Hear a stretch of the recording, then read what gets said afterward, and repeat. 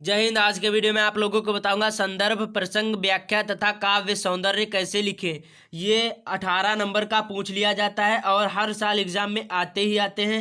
बताऊंगा कि संदर्भ कैसे लिखना है और प्रसंग तथा उसकी व्याख्या तथा काव्य सौंदर्य कैसे लिखना है। और ये गद्यांश, पद्यांश और संस्कृत में ये पूछा ही पूछा जाता है कि संदर्भ कैसे लिखा जाता है। आज के वीडियो में यही बताऊंगा किस प्रकार से आपको लिखना है एग्जाम में। और वीडियो के लास्ट में आप लोगों को बताऊंगा कि ये पैराग्राफ आता है, इसको कैसे ट्रिक के साथ पहचाने, बिना याद किए, बिना पढ़े, केवल एक बार देख ले अच्छी तरीके से, और बता दूंगा किस प्रकार से आपको पहचानना है। चलो शुरू करते हैं। सबसे पहले देखते हैं प्रश्न। इस प्रकार से पूछा जाता है कि निम्नलिखित पद्यांशों में से किसी एक का संदर्भ सहित हिंदी में व्याख्या कीजिए तथा उसका काव्य सौंदर्य लिखे। यहाँ पर गद्यांश में जो पूछा जाएगा तो यहाँ पर गद्यांश लिखा होगा, और यहाँ पर पद्यांश में ये पद्यांश, और जैसे संस्कृत में पूछा जाए तो आप लोग घबराना नहीं, इसी प्रकार से पूछा जाता है। प्रश्न है, संदर्भ भी बताऊंगा किस प्रकार से संस्कृत में लिखा जाता है और गद्यांश में और पद्यांश में। तो सबसे पहले पैराग्राफ देखते हैं। इस प्रकार से पैराग्राफ होगा तो इसको सबसे पहले पढ़ना है। ऊधो मोहि ब्रज बिसरत नाही, वृंदावन गोकुल बन उपवन, संघ संघन कुंज की छाही, प्राथ समय माता जसुमत, अरुनंद देख सुख पावत, माखन रोटी दह्यु सजायो, अति हित साथ खवावत, गोपी ग्वाल बाल संग खेलत, सब दिन हंसत रिसात, सूरदास धनि धनि ब्रजवासी, जिन सो हित जदु तात। तो अब बताएंगे किस प्रकार से आपको संदर्भ, प्रसंग और इसका अनुवाद, व्याख्या मतलब, और काव्य सौंदर्य किस प्रकार से लिखा जाता है। तो प्रश्न नंबर, जैसे सपोज करो प्रश्न नंबर 4 है, तो आप लोग ऐसे हेडिंग डालेंगे यहाँ पर प्रश्नोत्तर, पेज के बीचों बीच में प्रश्नोत्तर 4 का हो तो का, खा हो जो खा मालूम हो तो खा लिखे। उसके बाद में लिखना है संकेत। संकेत का मतलब होता है कि पहले के 2 शब्द और आखिरी के, इससे एग्जामिनर को पता चल जाएगा कि इसी पैराग्राफ से लिया गया है। आप लोग जैसे कोई गलती कर दिए तो इससे पता चल जाएगा एग्जामिनर को कि इसी पैराग्राफ से बच्चे ने लिखा है। तो पहले के 2 शब्द और आखिरी के जदुतात 2 शब्द लिखना होता है संकेत में। उसके बाद में संदर्भ कैसे लिखना है। प्रस्तुत पद्य खंड हमारी पाठ्य पुस्तक हिंदी के पद नामक पाठ से, यहाँ पर पद नामक पाठ लिखना है, पाठ से संकलित है। इसके रचयिता श्री सूरदास जी हैं। तो यहाँ पर जैसे प्रस्तुत पद्य खंड हमारी पाठ्य पुस्तक हिंदी के पद नामक पाठ से लिया गया है या संकलित है। तो यहाँ पर जैसे पद्यांश है तो पद लिखेंगे, और जो गद्य होता है, जो कहानी नुमा होता है, तो यहाँ पर गद्य लिखेंगे। बस इतना ही करना है, और पाठ का नाम डालना है।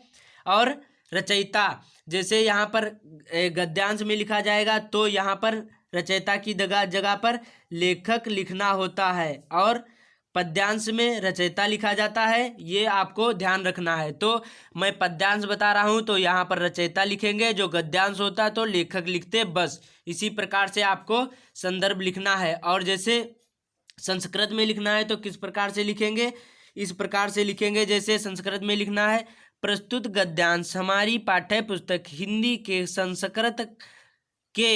संस्कृत खंड के वाराणसी जैसे नामक पाठ है, नामक पाठ से लिया गया। इस प्रकार से संस्कृत में संदर्भ लिखा जाता है। सेम इसी प्रकार से लिखा जाता है, चाहे गद्यांश में हो, चाहे पद्यांश में हो, या संस्कृत में हो, इसी प्रकार से लिखा जाता है। अब देखते हैं प्रसंग कैसे लिखना है आपको। तो आप जैसे इसको पढ़ेंगे अच्छी तरीके से ये पैराग्राफ को, तो इसी में से इसी का निचोड़ लिखा जाता है प्रसंग में। तो इसमें कैसे मैंने लिखा है, प्रस्तुत पद ऐसे लिखेंगे आप लोग। उसके बाद में लिखेंगे यहाँ पर जैसे पद हो तो पद का मतलब होता है पाठ। प्रस्तुत पद में उद्धव ने मथुरा पहुंचकर श्री कृष्ण को वहाँ की सारी स्थिति बताई, जिसे सुनकर श्री कृष्ण भाव विभोर हो गए, और इस पर वे उद्धव ने अपनी मनोदशा व्यक्त करते हैं। इस प्रकार से आपको प्रसंग लिखना है, मतलब इसी का निचोड़ लिखना होता है आपको प्रसंग में। अब उसके बाद में व्याख्या कैसे लिखना है ट्रिक के साथ बताऊंगा, तो आप लोग वीडियो को पूरा देखते रहिए। अब व्याख्या जैसे लिखना है तो हेडिंग डालेंगे व्याख्या। काले पेन से आपको काले और नीले ही पेन का यूज करना है एग्जाम में, और अदर कोई पेन का यूज नहीं करना है, नहीं तो नंबर नहीं मिलेंगे। और जैसे आप लोग हरे पेन का यूज करेंगे तो जिससे वो ज़्यादा फैल जाता है, इसलिए आपको केवल काले और नीले पेन का ही यूज करना है।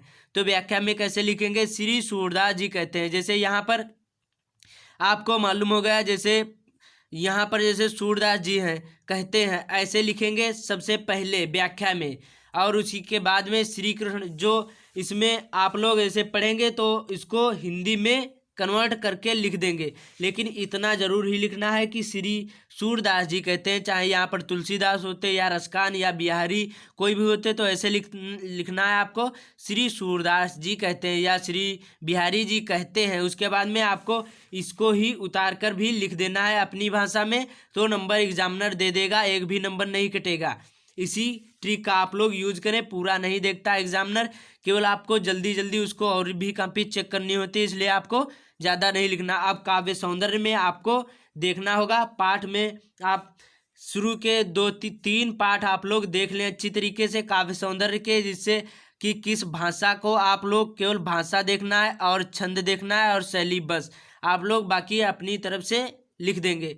भाषा इसमें है सरल भाषा, ब्रज है, और मुक्तक मतलब शैली मुक्तक है, और छंद गोय पद है, और रस श्रृंगार है, और अलंकार अनुप्रास है। इसी में उद्धव मोय ब्रज विसरत में नाही।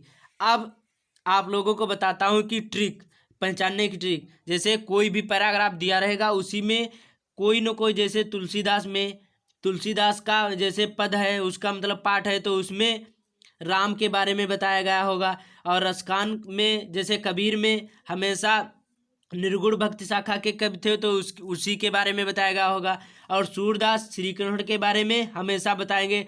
तो आप लोग ऐसे यहाँ पर कवि का नाम ज़्यादातर लिखा होता है, तो आप लोग इस जरूर ध्यान रखना है। और पाठ में मतलब संदर्भ लिखना है तो आपको पाठ का नाम मालूम होना चाहिए और कवि या लेखक का नाम मालूम होना ही जरूरी होना चाहिए। वीडियो कैसा लगा आप लोग कमेंट में जरूर बताएगा। ऐसे ही वीडियो देखने के लिए हमारे चैनल को सब्सक्राइब करें और बेल आइकन को प्रेस कर दें, जिससे मैं कोई भी वीडियो अपलोड करूं तुरंत आप तक पहुंचे। जय हिंद, वंदे मातरम।